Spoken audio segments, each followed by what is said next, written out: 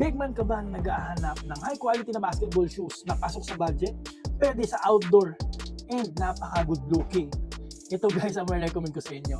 X-Step Bling G3 Dark Fader Colorway. Tignan nyo naman guys, malapit halatang high quality talaga. Aakalain nyo nasa 5,000 worth itong sapatos na to.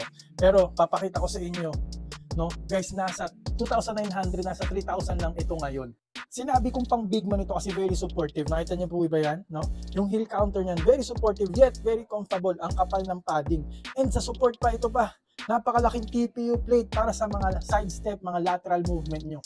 Yung lateral containment nito talaga guys, top notch. And isa pa para sa support is ito.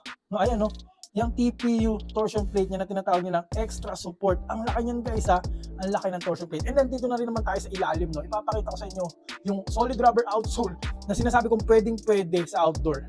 Ang kakapal ng grooves, ang lalaki, ang tigas niyan guys, kahit outdoor nyo lang ito ilaro, pwedeng pwede ito. Tatagal po ito. May arch support din po yan.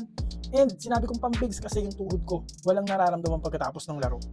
Gumamit po kasi ito ng dalawang combination ng foam. Itong Ace foam po na napakalambot, na napakaraming energy return para mahalin tulad nyo sa nitrogen infused foam ng Anta or ng Adidas Boost, And itong feather foam. Kaya magaan pa rin po ito na sapatos kahit pang bigs po siya.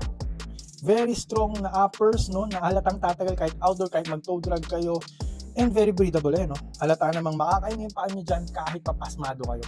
Kaya ano pang hinihintay nyo guys, tignan nyo na malapitan tong Darth Vader colorway. Hindi to dudumi, kaya sinasabi ko ultimate outdoor basketball shoes po ito sa ngayon for me. Pangharabas po talaga. For me, top 1 sa mga pang bigs na budget shoes for outdoor po ito. Ilalagay ko po yung link dyan, i-click nyo na, i-try nyo na kasi magkakaubusan lalo na itong colorway na to guys. I-click nyo na po yung yellow basket now na.